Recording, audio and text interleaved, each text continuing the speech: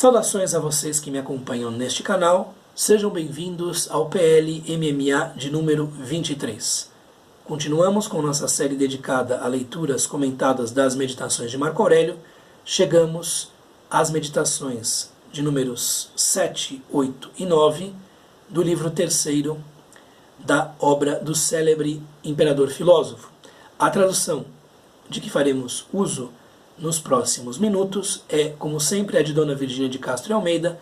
Você pode acompanhar a leitura pela descrição deste vídeo. Vejamos aqui o que Marco Aurélio diz nestas notas mais breves de si para si. 7. Não consideres útil para ti o que possa um dia obrigar-te a transgredir a tua fé, perder a honra, odiar, desconfiar, amaldiçoar, dissimular, desejar coisas destinadas a esconder-se atrás de muralhas ou véus. Quem a tudo prefere a sua razão, a sua consciência e o culto misterioso da sua virtude, não se entrega a trágicas representações, não geme, não procura a multidão nem o isolamento, mas possui o maior dos bens. Vive sem desejos e sem temores. Conserve-se a sua alma por muito tempo ou pouco prisioneira do corpo, nada lhe importa, porque, se for preciso partir de repente, partirá de boa vontade, como quem vai praticar qualquer ato honroso, porque um só cuidado lhe absorve a vida inteira, que o seu pensamento nunca se encontre em disposição contrária à de um ser inteligente e sociável. Mais uma vez aqui comparece a palavra syunferum, útil, a ideia de utilidade, de proveito, que, a meu ver, mas é possível que eu esteja enganado, tem uma ligação íntima com aquilo que os estoicos identificavam como os indiferentes preferíveis, coisas que, por si sós, não tornariam a vida do ser humano nem pior nem melhor, mas que poderiam ajudá-lo a tornar os seus atos mais proveitosos para mais gente, poderiam tornar a sua vida um pouco mais fácil. Então a ideia de utilidade que já comparece na meditação anterior, de número 6, volta a aparecer aqui porque Marco Aurélio julga que faltou dizer algumas coisas. O que é útil e está de acordo com a racionalidade deve e pode ser buscado. Porém, é necessário ver que o que é útil não pode ter certas consequências. Que consequências são essas? Não consideres útil para ti o que possa um dia obrigar-te a transgredir a tua fé, deixar você contra si mesmo, fazer você perder a sua palavra, perder a sua própria honra, perder a honra, renunciar a teu pudor, dirá Bruna, odiar, desconfiar, amaldiçoar, dissimular ou desejar coisas destinadas a esconder muralhas ou véus, é o que diz a dicção original de Dona Virgínia de Castro. Eu aqui tive que complementá-la para que ela fizesse sentido hoje, com esconder-se atrás de muralhas ou véus. Novamente nós vemos aqui a ideia de que o ser humano que se respeita não deve viver uma vida que seria vergonhosa em público. Então, ainda que a sua casa tenha muros, e eles são absolutamente necessários num país como o Brasil, que a sua vida seja uma vida que, se viesse a ser observada em uma casa de vidro, fosse algo respeitável, fosse algo de que você não fosse se envergonhar. Essa é uma ideia que recorre algumas vezes na obra de Marco Aurélio. Agora, se você considera útil ou úteis coisas que levem você a odiar, a desconfiar, a lançar imprecações, a mentir, evidentemente que essas coisas úteis não estão de acordo com o bem verdadeiro, o bem supremo, de que nós já falamos bastante no vídeo anterior. Quem a tudo prefere a sua razão, aqui não é exatamente razão o termo, é nous, a sua inteligência. é a sua capacidade de entender. A sua consciência, e também não é o termo que está sendo usado no original, é o daimon, né? Novamente nós vemos essa tendência de Dona Virgínia de Castro a traduzir o daimon, o nume, o gênio interior, como consciência. É uma tradução totalmente imprópria? Não. Porém, a palavra consciência está prenhe, né, de significados que vêm sobretudo do cristianismo e também agora dos estudos que se fazem em neurociência, de modo que é melhor ser mais fiel ao termo original mesmo, né? E o culto misterioso da sua virtude, da sua força. Bom, esse culto misterioso é o culto que se faz ao daimon interior, né? A esse nume que nos habita, que propicia a razão, ou que é a própria razão, identificado com a razão universal. E apenas um dado de curiosidade, né? O termo que aparece aqui como culto misterioso é orgia, que deu origem à orgia. Então a palavra orgia, no seu sentido original, nada tinha de imoral, nem de degenerado, ou de, sei lá, inconfessável, mas tinha a ver com os cultos de mistério. É interessante esse paralelo que Marco Aurélio faz aqui, e que é feito por outros estoicos, com as religiões de mistérios. Havia essas religiões na época da Grécia e durante todo o Império Romano, até a ascensão do cristianismo. E o que ele está dizendo é que o estoico deve cultuar esse nume interior, essa razão, da mesma maneira como nos cultos de mistérios os praticantes dessas religiões se dedicam às liturgias. Então esse culto das faculdades interiores teria paralelo aos cultos de mistérios que existiam na Grécia e em Roma. Quem cultua isso, quem sabe o que cultuar, o que você deve cultuar? O fato de que a razão universal tornou você alguém capaz de compreendê-la. Então, você deve cultuar o que há de divino em si mesmo. Então, quem cultua isso, quem cultua esse daimon interior, quem se sabe inteligente, racional, sociável, né, não se entrega a trágicas representações. Mais uma vez, aquela velha querela entre os trágicos e os filósofos. Então, Marco Aurélio aqui é da opinião de Platão. Essas tragédias eram mentirosas, de acordo com a compreensão que muitos filósofos delas faziam. Não geme, não procura a multidão nem o isolamento. Essa ideia de que a tragédia ensina os seres humanos a lamentar-se está lá em Platão, não é nem mesmo aquilo que levava Platão a expulsar os poetas, e sobretudo os poetas trágicos, da sua cidade ideal. Porém é algo que se nota ali e que é muito mais forte entre os estoicos. O que os estoicos dirão é que essas tragédias, que podem ter uma utilidade, né, porque mostram o poder das paixões sobre os seres humanos, podem também levar o ser humano a uma disposição lamurienta, uma disposição de muita reclamação por imitação, e isso não é bom. Né? Não geme, não procura a multidão nem o isolamento, porque está bem tanto em meio à multidão quanto isolado. Né?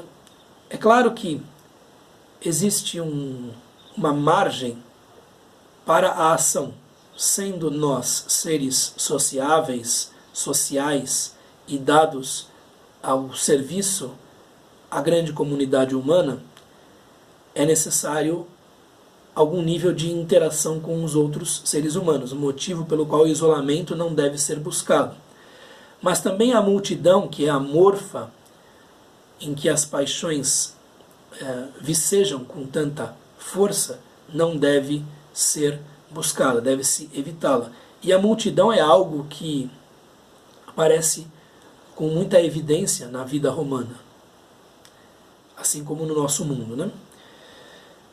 Então, não buscar a multidão e nem o isolamento são dois atos que têm o mesmo peso, que são igualmente importantes. Há uma vida social que exige a interação, e uma interação que deve ser a melhor possível com os nossos semelhantes, mas a disposição passional amorfa da multidão e o isolamento, com tudo aquilo que ele supõe de falta de contato com os outros, são coisas que não devem ser buscadas.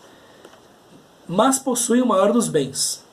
Vive sem desejos e sem temores. Então, isso é privilégio dos sábios, evidentemente. Viver sem desejos e sem temores, sem buscar nada, sem perseguir nada e sem procurar fugir de nada, apenas os sábios atingem um estado semelhante. Seabra coloca da seguinte maneira, mas fiel ao original: viverá sem perseguir nem fugir.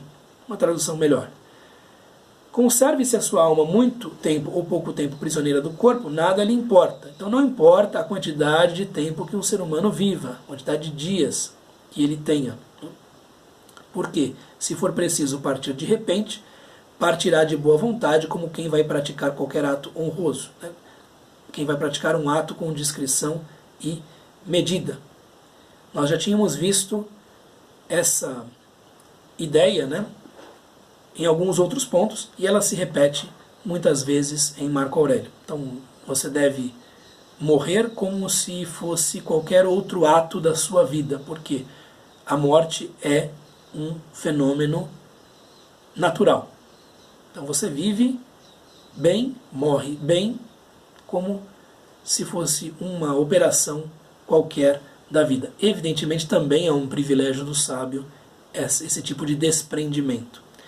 Porque um só cuidado, uma só preocupação lhe absorve a vida inteira, que o seu pensamento nunca se encontre em disposição contrária à de um ser inteligente e sociável, né? A de um ser que é noeros, inteligente, não racional, algumas traduções colocam como racional, mas inteligente é melhor, aquele que tem um nous, né? E politikos, aquele que serve a polis. Político, que é a tradução colocada por Seabra, talvez contenha hoje certas acepções que nos desencaminham um pouco. Então, social, sociável é melhor. O ser humano, para o estoicismo, é racional e social. Ele tem o logos, que vem do imo do universo, digamos assim, e está, por sua própria natureza, condenado, por assim dizer, à interação social com os outros seres humanos, porque sozinho ele não é nada. É muito importante deixar isto claro, né? 8. No pensamento do homem que se dominou completamente e se purificou, não encontrarás pus, nem mácula, nem supuração. Nunca o destino lhe surpreende a vida incompleta. Nunca é, por assim dizer, semelhante ao ator que abandona a cena antes de terminar o seu papel e de representar até o fim. Também não encontrarás nele servilismo, afetação, dependência, revolta, nem culpas que perdoar ou dissimular. Esse homem que se dominou completamente, na verdade, o homem que se castigou, que se corrigiu completamente e se purificou, é o sábio, porque esses seres humanos comuns, como nós somos, não chegam a isso, né? Podem até caminhar nesse sentido, mas atingir esse ideal nobilíssimo é muito difícil. Porém, os estoicos supunham isso possível, factível. Então, esse ser humano que se dominou completamente, se purificou, não tem dentro de si abscessos, máculas, manchas, feridas, cicatrizes ocultas ou aparentes. Então ele tem uma saúde mental perfeita, digamos assim.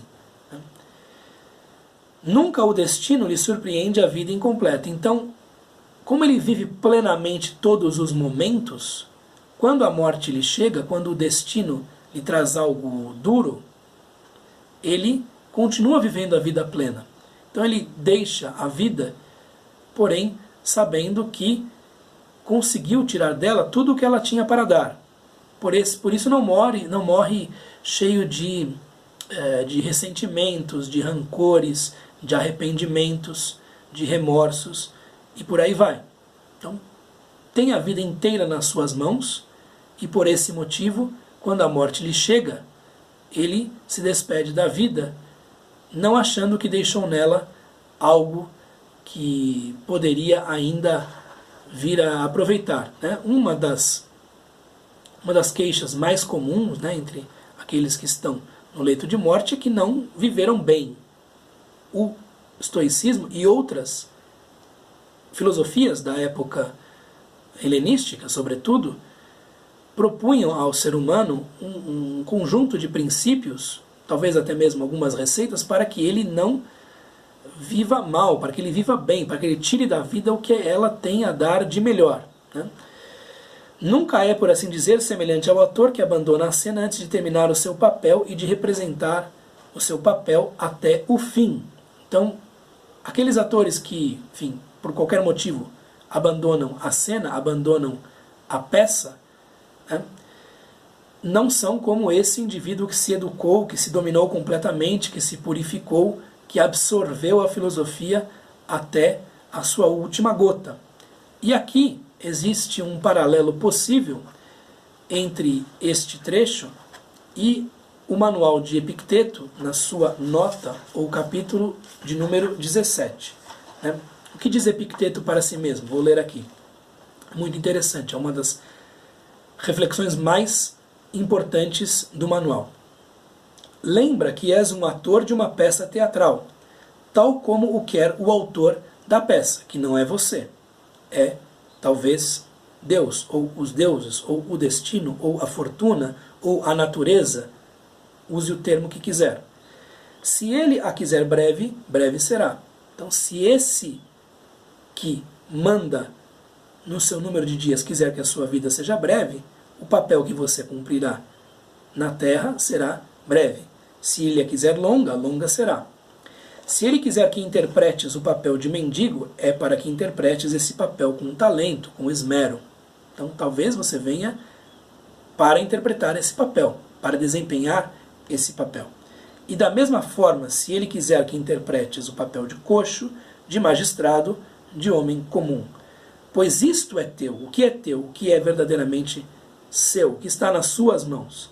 Interpretar belamente o papel que te é dado, mas escolhê-lo cabe a outro. Então nós nascemos com certas disposições, viemos ao mundo em certa família, em certo país, há limitações claras para aquilo que nós podemos ser, que estão inscritas tanto em nossa carga genética quanto nos meios em que vivemos. E disso nasce a ideia de que nós viemos cumprir um papel ou uma série de papéis que se superpõem. E o nosso objetivo, a nossa meta, é cumprir esse papel ou esses papéis da melhor maneira possível. E não ser como esse ator que abandona o palco antes de a peça terminar. Também não encontrarás nesse ser humano que se educou. Servilismo, não é um escravo, porque ele está liberto das paixões, liberto de uma série de escravidões. Afetação, porque ele é sempre sincero, franco, objetivo, direto, claro. Dependência ou revolta. Interessante aqui que Bruna põe nenhum liame, nenhuma cisão, né? Os termos não são assim tão carregados psicologicamente, como Dona Virginia de Castro deixa entrever, nem culpas que perdoar ou dissimular. Então o sujeito não tem que perdoar a nada, nem dissimular, né?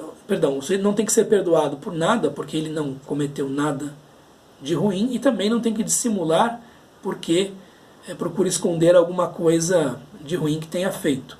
Okay? Então é um grande ideal, um ideal excelso, digamos assim, mas muito difícil. Por fim, 9. Vigia a faculdade que tens de formar a tua própria opinião. Tudo depende dessa faculdade para que na tua alma essa opinião nunca seja contrária à natureza, nem à tua condição de ser racional, a qual compreende a circunspecção, a benevolência para com os homens e a submissão para com os deuses. Essa dynamis, essa faculdade da hypolepsis, do juízo, da opinião, é importantíssima no estoicismo, porque o que diziam os estoicos? Que a realidade se nos apresenta interiormente por meio de uma tradução que eles chamam de fantasia ou representação. Então aparece a representação. E imediatamente depois do aparecimento da representação, nós formamos um juízo a respeito dessa representação. Nós temos um discurso mental, por assim dizer, a respeito disso que se nos apresenta. Esse discurso mental precisa ser mantido sob estrita vigilância, por quê? Porque ele condiciona tudo aquilo que interiormente e exteriormente nós vamos fazer, nós vamos produzir enquanto pensamento e enquanto ação. Então vejamos, se você é insultado, alguém lhe diz algo muito duro, chama você, sei lá, de verme, de canalha, alguma coisa assim. Isso entra em você sob a forma de representação, e logo depois há a possibilidade de você formar um juízo a respeito desta palavra ou destas palavras. Se esse juízo for no sentido de isso é insuportável, terrível, absurdo, todas as suas reações posteriores estarão impregnadas de ira, de acrimônia, de animosidade. Se você disser, bom, eu não sou nada disso, e isso são palavras quaisquer lançadas contra mim, a sua reação interior e os seus atos serão em conformidade com esse juízo, com essa opinião que você formou a respeito dessas palavras, e portanto você estará muito mais apto a manter a calma, a se manter tranquilo, mesmo sob uma saraivada de insultos. Por isso é necessário vigiar a faculdade que você tem de formar a tua própria opinião. Tudo depende dessa faculdade. É necessário observar isso sempre, manter uma vigilância estrita sobre isso. E é muito difícil, né? Reconheçamos. Essa opinião nunca seja contrária à natureza. O que é uma opinião contrária à natureza? Neste exemplo que estamos dando do insulto, é você julgar que pelo fato de um semelhante seu o ter ou a ter insultado, você possa revidar de uma maneira hostil a essa pessoa, né? E isso é contra a natureza, porque por natureza estamos obrigados a cooperar. Nem a tua condição de ser racional. Você vai agir irracionalmente se o juízo que formar a respeito dos insultos for algo no sentido de uma percepção de uma coisa insuportável, né? A qual compreende a circunspecção, a benevolência para com os seres humanos e a submissão para com os deuses. Então, o fato de você ser racional e ser social ou sociável implica uma série de comportamentos, dentre os quais a circunspecção, a sobriedade, a benevolência para com os seres humanos, os seus irmãos, e a aceitação daquilo que vem dos deuses ou de instâncias superiores. Muito bem, o vídeo já ficou longo demais, eu compreendi 3 notas que Marco Aurélio coloca de si para si. Nós continuaremos com nossas leituras nos próximos vídeos. Um abraço, até mais. Tchau!